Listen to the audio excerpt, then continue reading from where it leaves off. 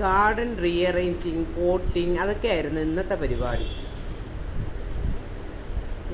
കുറേ നല്ല terracotta pot കിട്ടി. അപ്പോൾ അതിനകത്ത് കുറച്ച് ബുഷി പ്ലാന്റ്സ്, കോമ്പാക്റ്റം വെറൈറ്റീസ് പ്ലാന്റ്സും നല്ല ബുഷി.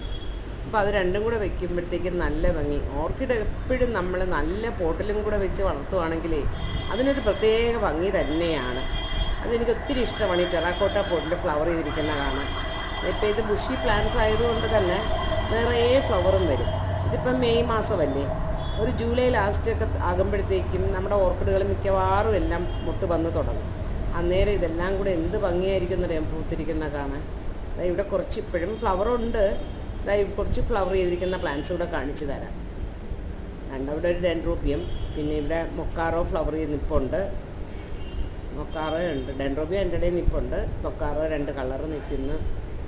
ഇവിടെ ഭയങ്കര കാറ്റാണ്, അതാണ് ഈ കിടന്ന് കുലുങ്ങുന്നത്. കണ്ടോ, ഭയങ്കര കാറ്റാണ് ഇവിടെ.